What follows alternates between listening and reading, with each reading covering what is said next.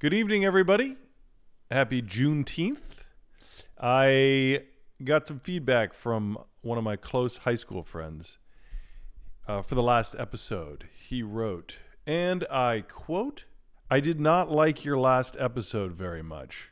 Kind of boring and no laughs," end quote.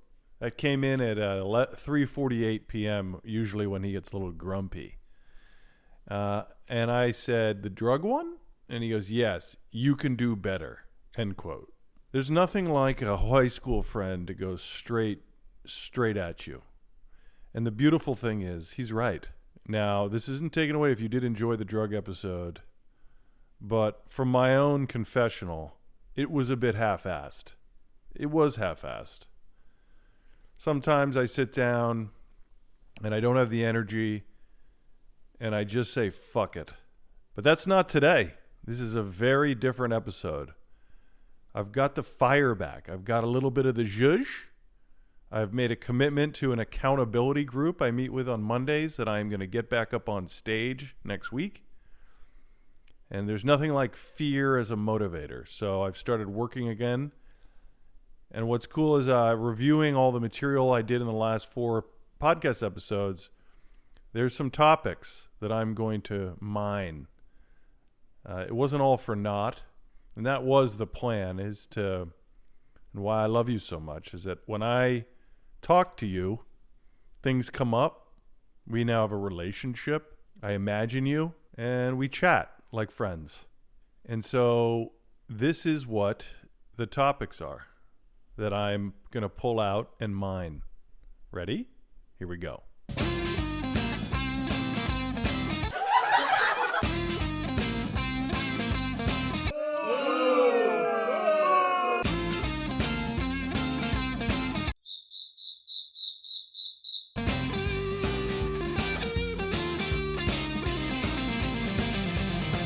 Oh man, that's rubbish. That's rubbish. So I'm trying to work on the Z Cavaricci thing. There's something there. I already have a good 4 or 5 minutes about my son asking me to do cocaine and what my response was. If you've listened to the podcast, you know that bit. It's actually my strongest material as far as audience reaction. And now to gear up for this 20-minute set, I need to add to it. Something happened the other day that's perfect. My son, we were watching the U.S. Open golf, and my son's getting into golf, which is so exciting. He's 11, and I'm like teaching him from the pros, like, look at Scotty Scheffler's head. Look how still it is as he absolutely hammers the ball 320 yards. And my son looks, pauses, and goes, "Dad, have you ever masturbated?" And I'm like, it's so weird. It's like, what is going on with this kid? There's always this feeling that, these kids these days are so different than us that they feel like alien creatures. Anyway, my mom, oh good Lord, Freudian slip. My wife starts laughing in the kitchen and goes, "Everybody masturbates, Louie." And I am laughing too, but I'm like, yeah, Louis, I do. And he's like, "Why?" And I'm like, because it feels good. It mimics sex. And he goes, "Ew, does the schmegma come out?" And I'm like, yeah. And the whole thing, and then that was it. It was just sort of over. He just kind of like moved on. It just made me thinking about like, who are these kids? What's happening? What happened to some good old-fashioned shame about asking your parent that, or not being grossed out about asking? I mean, he was grossed out, but I remember as a kid, like, the idea of my parents having sex was like bone-shatteringly disgusting to me. And my kids are just like, what? They seem. I mean, he's imagining me beating off. He's 11. I gotta stop watching Deadpool and 21 Jump Street with him. I think that's the problem. But anyway. It's a good little world, and it had me thinking about my Z Cavaricci story from the fingering episode I did a couple of weeks ago, and how really, when I asked my mom for Z Cavaricci's, what I was really asking her was, or what I was really saying was, Mom, I want to finger a girl too, like Brian Johnson. And of course, I never would say that to her. She just thought I wanted cool pants to fit in. But I hand on the Bible, think that when my son gets to that age, where his classmates are fingering and he's interested in it, he's just going to come home and be like, Mom and Dad, I need to get a new sports jersey and a better gold chain because I want to finger a girl. And there's something beautiful about that. It's honest, it's freeing, but it's so weird, and it's just so foreign to me. I think I'm going to be in a lot of trouble when my kids start really getting into the stuff that I still am into. Okay, so there's something there, right? I think there's something there. I just got to figure out, the setup. Again, stand-up is so hard because, on a podcast, it's loosey-goose and like you're like running or driving and you're just kind of like, you're tuning in and out. But on stage, man, it's just got to be so tight. So I'm going to be working on that. And hopefully when I share like sort of the final set, you'll see what I came up with. Yeah, some more things like I want to make a joke about my existential sort of baby capitalism thing, like staring into a baby's eyes and being like, the point of your life is going to be to make widgets, is to make money so that you don't die. That's literally why you're here. And it got me thinking about just wishing that I was like a French aristocrat in the 1600s and could just like play tennis and go to cocktail parties. Just like I don't need to grind. Like the grind culture, like I don't understand this. Why is everyone pretending that work is great? And this was another rant I had. It's like that question: if you had $100 million, what would you do? And so many people, like, it's to discover your purpose on earth. And so many people are like, I would work in X, or I'm like, that question does nothing for me. I would literally, if I had $100 million, I would rent a power yacht, invite all my friends, and go on like a 3-month ATP tennis tour, pay for all my friends, and just go play tennis and watch tennis and explore the world using tennis as the daily activity. And I would get like a full-blown Djokovic physio, like I'd have a team for my like shitty middle-aged tennis skills. But I would like try to be basically a sad ATP tour professional that was having so much fun. And then I would just like go off and do like a 3-week silent meditation retreat in like Myanmar. I always get Top Gun references. Miramar. You two characters. Yeah, Miramar. And then, yeah, the stuff about like the hyper honest greetings, like just imagining what the world would be like if everybody was just super honest in small talk, hey, what's going on? Yeah, my dad just died. How are you? Yeah, good. My mom just died too. All right, $1.46. There's your change. I like that. I think I'll try that. And then, oh yeah, like the communal shower. I think there's something there. I think maybe in framing it and just how weird the past was, how I just don't understand kids. I don't understand my own kids, their bluntness and honesty and just lack of shame. Like it's just so foreign. They're like aliens to me.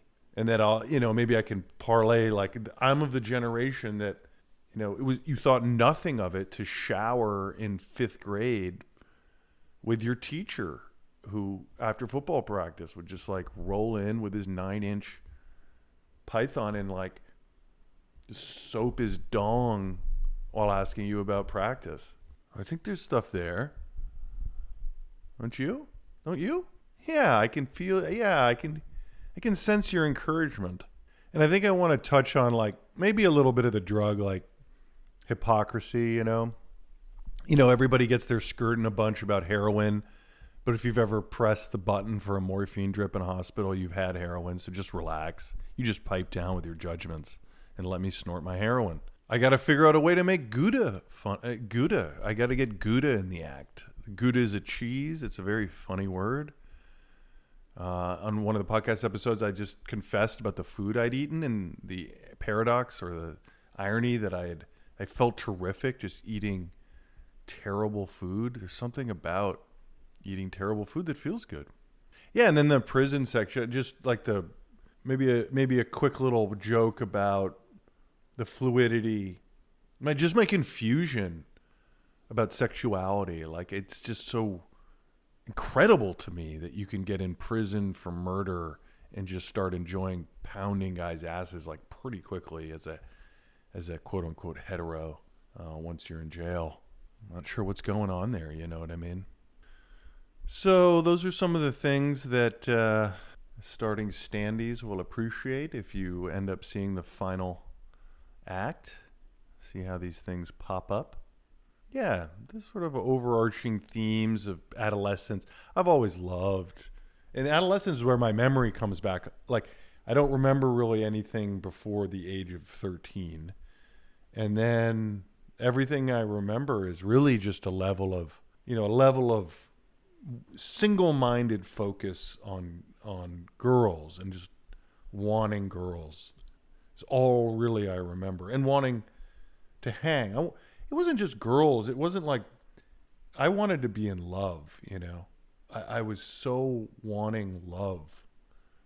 I would see, you know, kids in high school in love, and I was like, oh my God, that looks amazing. Because basically, as I mentioned in boarding school, you could just, if you were in love, you know, and you're both 16, like you want to bone probably, 6-7 times a day. And some of them were managing to do it, you know, all over campus. And I never had that in high school, and it was a bummer. I had to wait until like really sophomore year of college before that came about. But it was like I pined for that. I'm digressing, but you know, there's a larger thing here about boys. You know, there's a lot of research about boys, and boys are, having raised one and seeing all the other boys, you know, this sort of tough guy boy thing is so wrong, you know. They're just these sensitive little souls. I don't know. I think something happens at puberty. Yo, what's up, dude? But a prepubescent boy is very, very wimpy. Another thing, yeah, my son's just he's so open and okay with admitting that he's scared. I couldn't admit I was scared when I was younger. Are you kidding? I think there's a joke about, you know, sexuality, just everyone confused. You know, I don't think people should get sex changes at a young age. I just think you're so confused at that age. I mean, my daughter in 4th grade said she was a lesbian. Now she's not, of course. Labels are for jars, not people, you know? I mean, if I was raised now, I remember, you know, stick a finger up your ass, beating off when you're 16. I do that in the early 90s. I don't think anything of it. Now I'd wonder if I was supposed to be a woman, probably. I hope my son doesn't ask me if I've ever stuck my finger up my ass next time we're watching golf. Okay, I hope you liked that one more, Arthur. I hope you weren't bored by that. I hope you thought it was better, man. Now, I appreciate your directness, your honesty, and I thank you for that feedback. So, yeah, wind in the sails. I thank you so much for being here. We're keeping things tight. TED Talks are supposed to be 13 minutes. I'm a little over that. That's a good number here. Tighten things up. You've got things to do. If you enjoyed this episode, you can support this podcast by sharing it, texting it to a friend. You can hit the subscribe and the like button. You know, just do those things. And if you're feeling it, go ahead and leave a comment. Or send me a text or send me an email at startingstandup.pod@gmail.com and say, that was a shitty episode. I was bored out of my skull. You can do better. I like being lashed. Hey, we'll see you next week. It's a big one. I'm going to get up on stage. I don't know. I guess I'll have to do it Wednesday night. So that'll be one of those episodes where I come back and I record right after. That'll be fun. All right. All the best. Have an incredible week. And we'll see you then. Bye. Bye.